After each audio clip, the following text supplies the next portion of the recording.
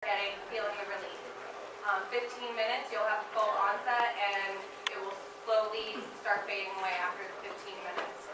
So it's a really nice, gentle medication, and if you're worried about over-medicating, it's nice because it only takes about 15-20 minutes of your time. Even enough time to meditate while you're doing it, which is also a good healthy way to include your herbalism with that. You can also put it in your coffee or your tea. It will take you and then go through your digestive system. If you take it as a sublingual medicine, it bypasses your digestive tract. If you're doing it in your coffee or your tea, it's going to go through your digestive system, and you'll have a little bit longer of relief because it's going to have to go and digest, and then it will last longer. If you use a vegetable glycerin base rather than an Everclear base, there's different bases you can use for tincture. Everclear is one. You want to use a really strong solvent, or I use vegetable glycerin. Everclear has a 90% extraction rate. Vegetable glycerin has about a 65% extraction rate. So you get a little bit weaker of material, or a little bit weaker of the end result, but it ends up being a better product in the end, because the alcohol, not only does it extract just the cannabinoids, it's also going to extract a lot of chlorophyll as well. And sometimes if you're a Crohn's patient or have IBD, too much chlorophyll or degraded chlorophyll can actually make your symptoms worse, and you might end up having like an adverse reaction. I like to use vegetable glycerin. It's a safer solvent that you can use. It won't affect any blood sugar levels. It's a diabetic sweetener, so people who have diabetes can use it as a sweetener in their coffee or their tea.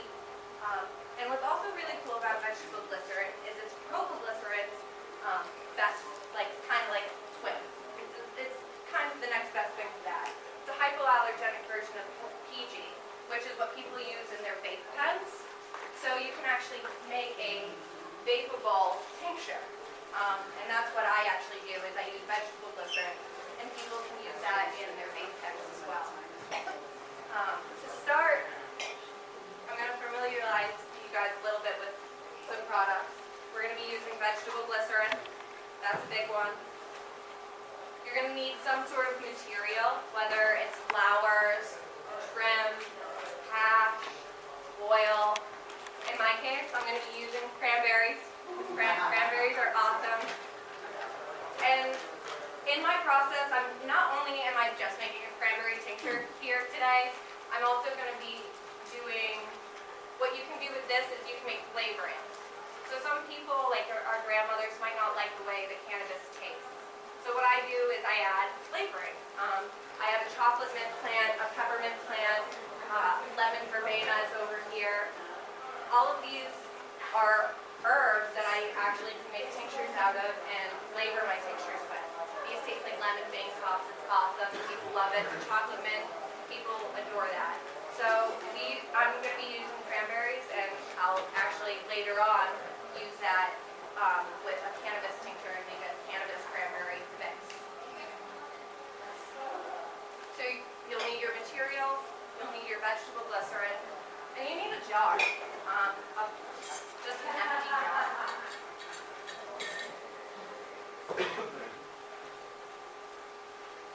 Does everyone know what this is? Has everyone seen these before? It's a digital scale.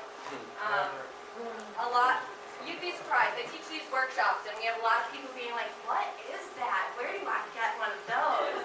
So I just want to make sure that people are aware. You want to weigh out everything that you're doing. And in my case, I'm using cranberries, so it's not as important for weighing it. But when you weigh it after, you want to make sure you take a label and write down everything and mark it. There's been so many times I've not marked it and then made another batch and put it right next to it. And then later I'm like, which one's the indica and which one's the sativa? So you really want to make sure that you label everything always. Transfer your labels if you put it in a new jar. Safety is one of the biggest things. So you want to keep it away from people that aren't, trying to medicate, away from kids. So with this, I'm not going to weigh it because I think you guys all know how to use a scale, and if you don't, Google it. Google's amazing. Gloves. Gloves are a big thing. You don't want any cross-contamination. If you're making medicine for yourself, I don't care if you use gloves, but if you're making medicine for other people, make sure you wear gloves. In the first process, it's not as big of a deal because we're going to be heating it up in a jar, but in the straining process, it's a really big deal because your medicine will be activated in the jar. So when you're straining it, if you get any on your hands, it will go transdermally into your skin and you'll start feeling medicated just by getting it on you.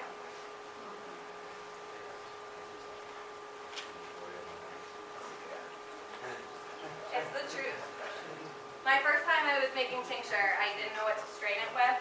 That's why I'm going to be showing you guys a few different processes. I used a coffee filter.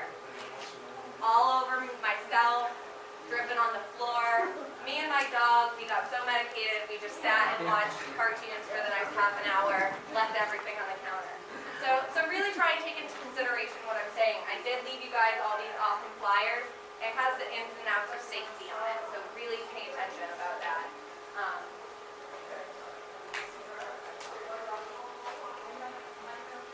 This is vegetable glycerin just in another container.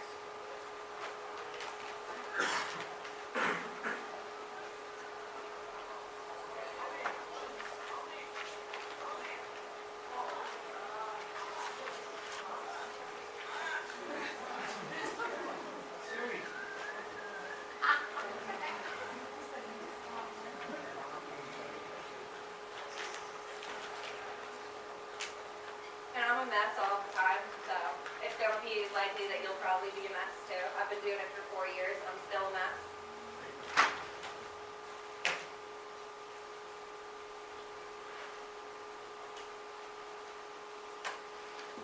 So we'll pretend that I weighed that out and we'll call this about 2 ounces.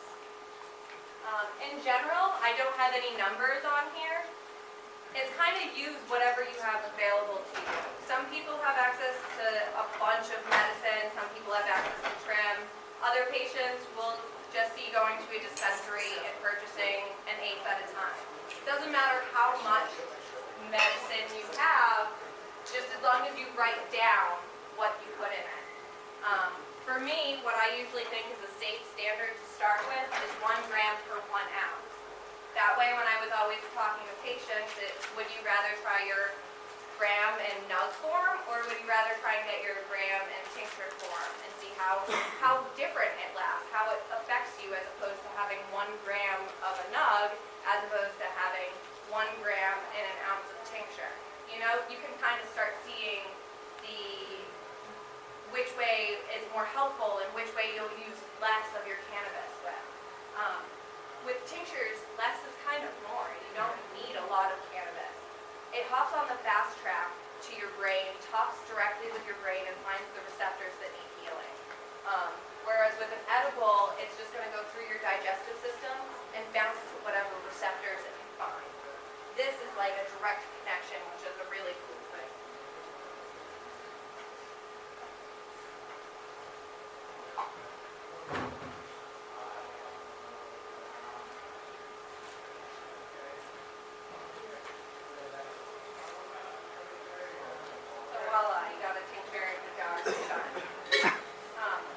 Another thing that I do is you'll notice these tinctures have parchment on them.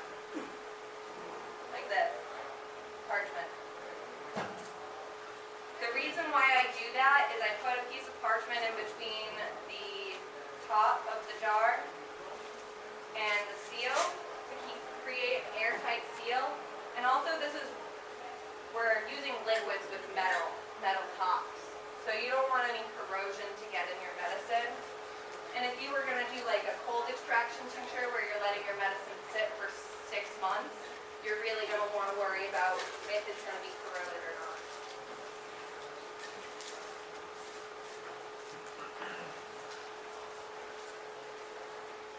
So step 1, we're going to weigh, grind up the cannabis, put it in here. You don't want to put just whole nugs in here. You want to grind it up. That kind of opens up the nugs, the flowers, and allows the trichomes to be more exposed. The next step that I do is, in my case,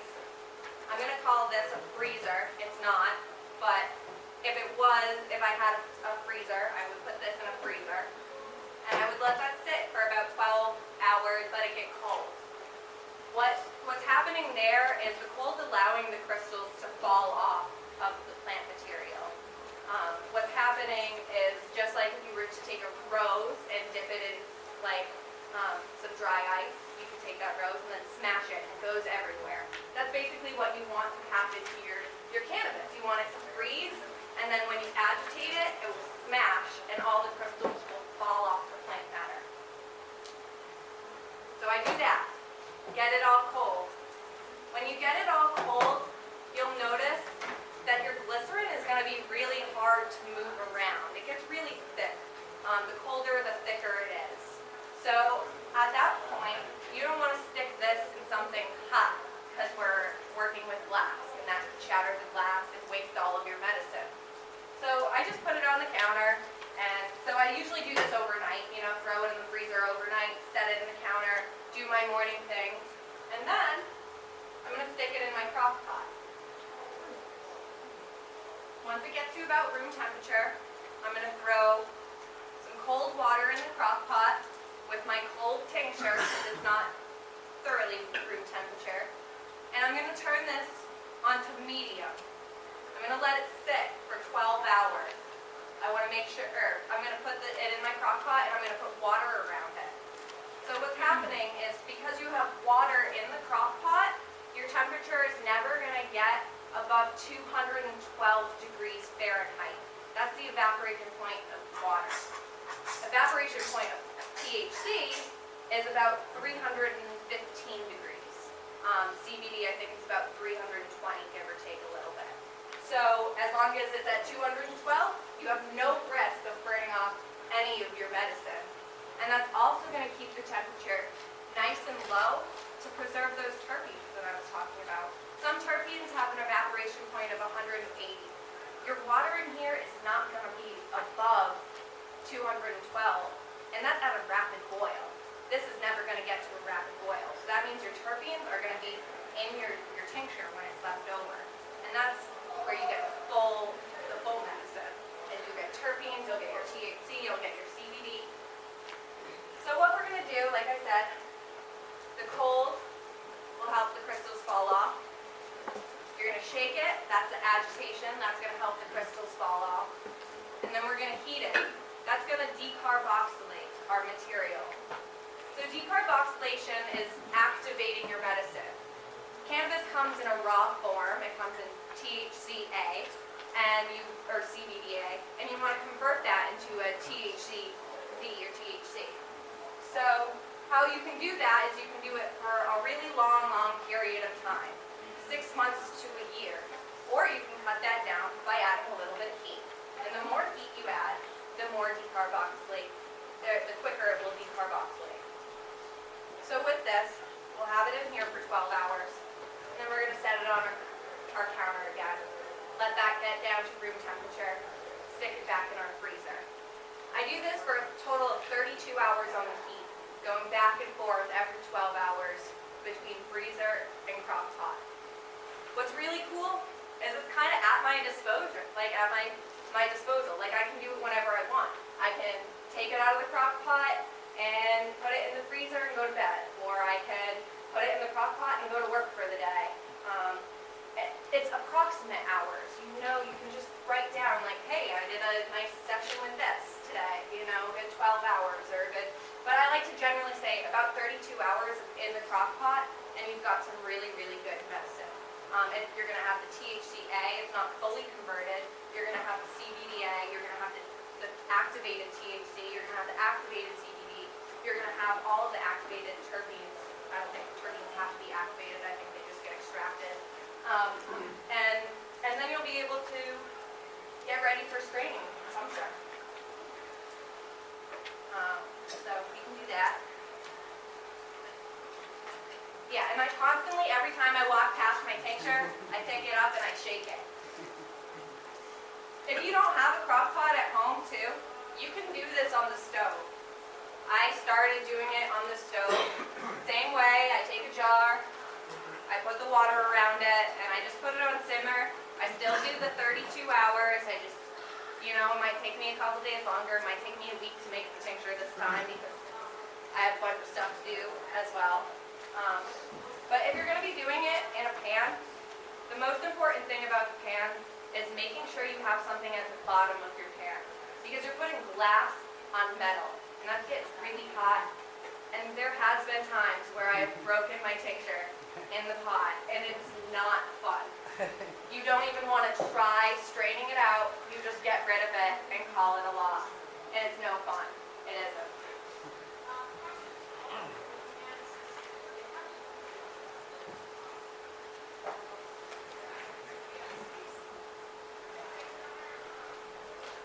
So we've been cooking it, going back and forth for our 32 hours.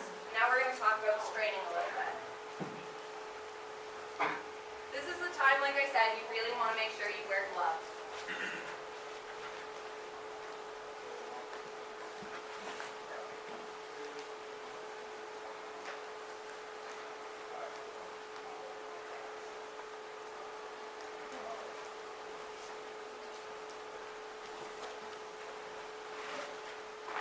So there's different ways that you can strain out your medicine, like I was explaining. You can do it and you don't want to use a coffee filter. Do not use a coffee filter. Bad idea.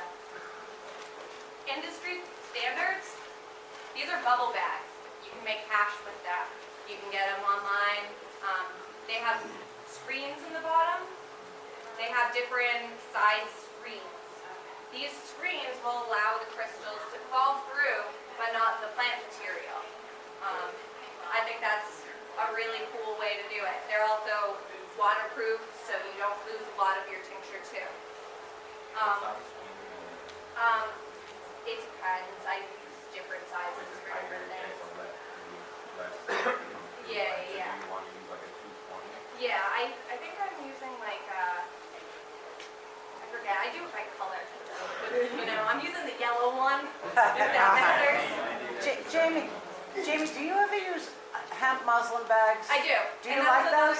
I don't have any with me to show, but I thought I saw some in your thing. I brought some because I like those a lot, and I was curious if you like those. You can open these bags are awesome. They They're clean up sometimes great. tricky to find, but this is my next solution. Use a bubble bag. That's industry standard. The next industry standard, if you're not a cannabis herbalist, if you're a regular herbalist, they all use these. They're muslin bags. And you can get them in any size. I have like 8 by 10, they have a bunch 4 by 6. in every size. They're made with like hemp, I think, and Yeah, very nice. it's really cool because then you can strain your cannabis with your hemp bag. You can buy those on Amazon.com. They're reusable. Very affordable. They're awesome. They really do a clean job. Sometimes people will get like it's almost like sandpaper texture in their tincture. That's because they're not using a fine enough screen. With these, you never have that. The next best thing to that, say you're really broke, like me when I first started, pantyhose. You can go to Walmart and get them for 25 cents. And what I do is I double up on my pantyhose. Unused panty. Unused pantyhose. Clean, you know. And some people have asked me, like, are you worried about the dyes and things like that? Usually when I try and strain out my tincture, I try and strain it out when it's warm. If you strain it out when it's warm, just like it's really thick when it's cold, it's really, really thin when it's warm. So you don't really, it really just goes right through this real quick and it's not really a problem with me. And I haven't really seen an issue. So you want to prepare a mason jar, clean one.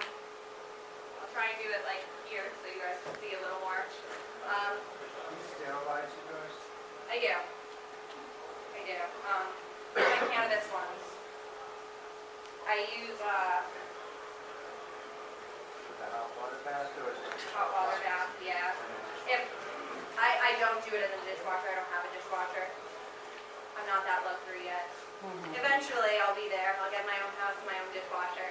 You guys will all be proud of me. You'll be like, I saw her. Proud but now, she my was friend, mad proud at now. me. So I have some other tinctures made up.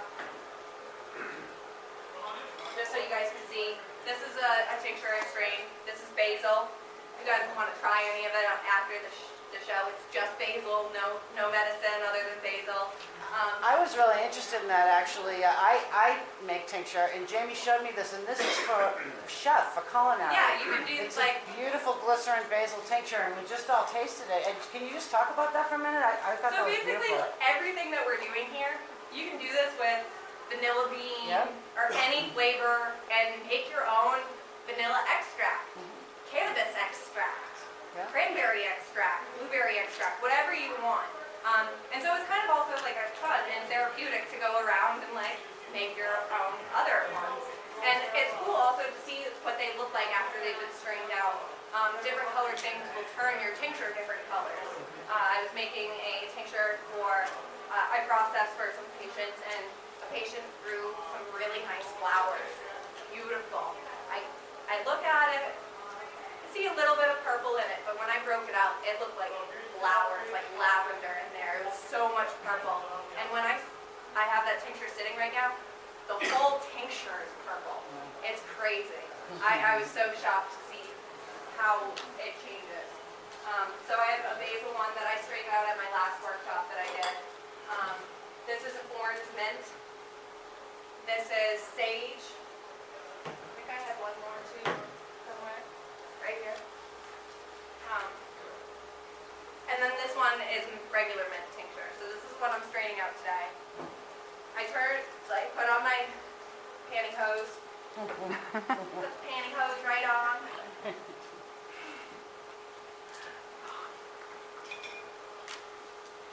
And normally I say fasten with a rubber band.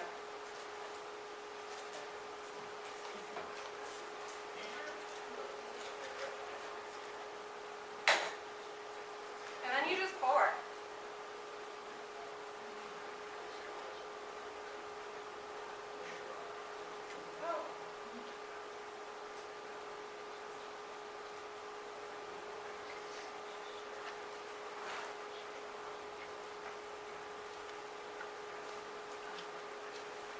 You just keep using those muslin bags too, right, Jen? Yeah, when you use the muslin bags. With the pantyhose, I don't. So then, what I do,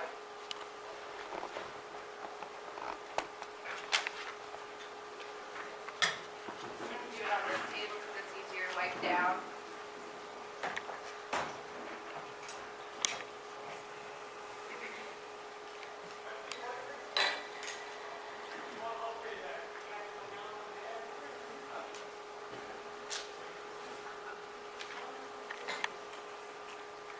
I'm just trying to be neat too, because I'm not doing this over my own cookie sheet. If you do it over your cookie sheet, it's a lot less messy.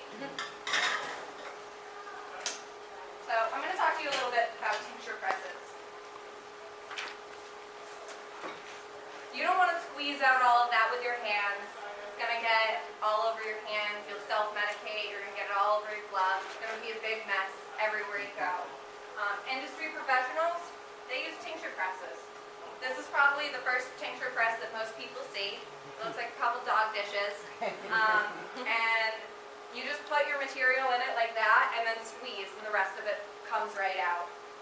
This is a rice muller, ricer, potato masher, whatever you want to call it. This is probably as old as tinctures are.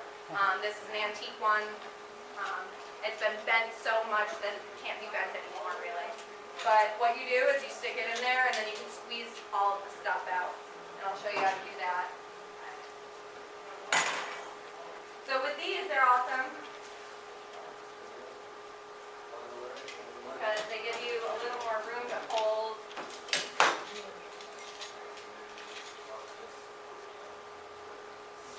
And then I'll drop it in there.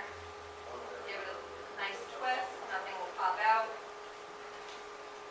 And then I'll squeeze it.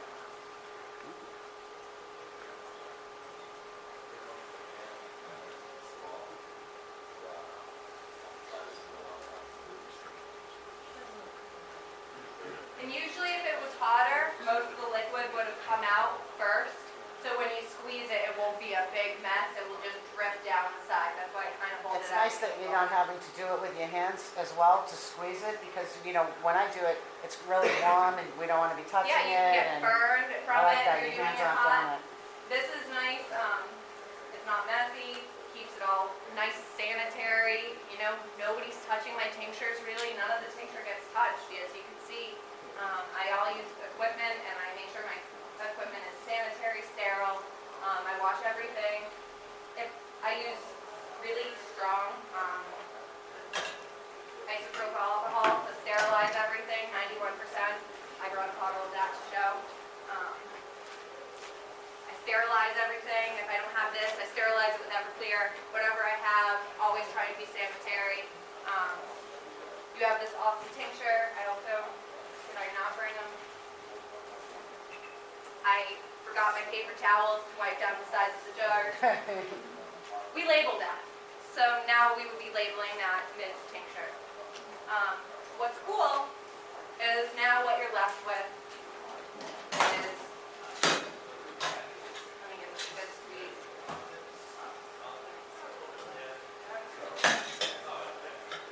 You're left with this patty. It's like left with a patty. You can now take this and stick it in a Ziploc bag and throw it in your freezer. Next time someone sprains their ankle, you can use that as a cannabis compress right on it. It's activated medicine. Like I said, that's going to extract about 65% of your medicine, so there's still 35% left in here. If you don't want to do that, you can take it and you can start another tincture with it. Extract the rest of the 35% out, throw fresh material on top, start extracting, make it a stronger process. Or you can take it and you can throw it in coconut oil, and then you can start and make a salve. You got now not just one form of medicine, you got two forms of medicine. You get a tincture out of it, and you get a topical out of it. How much potency on that? Like I said, about 35% of the initial potency. So say we use an ounce, or a gram, 65% of that gram is in here, 35% of that gram is still left in here. Can you also do an alcohol extraction? You could do an alcohol extraction with that as well. With the alcohol extraction, like I was saying, I have issues with my digestion. Chlorophyll really does me wrong, so alcohol tinctures are not really an option for me. But people who have strong stomachs, that's the way to go. You can use that up. Usually what I end up doing is I take 2 or 3 of these and I turn that into a topical or into another tincture to start. Do you have a question? Yeah, what is,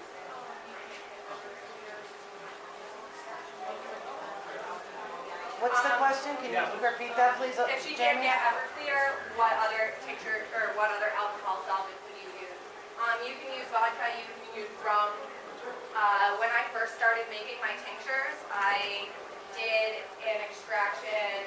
Every batch of tincture I made, I threw in a shot of honey whiskey, just for fun.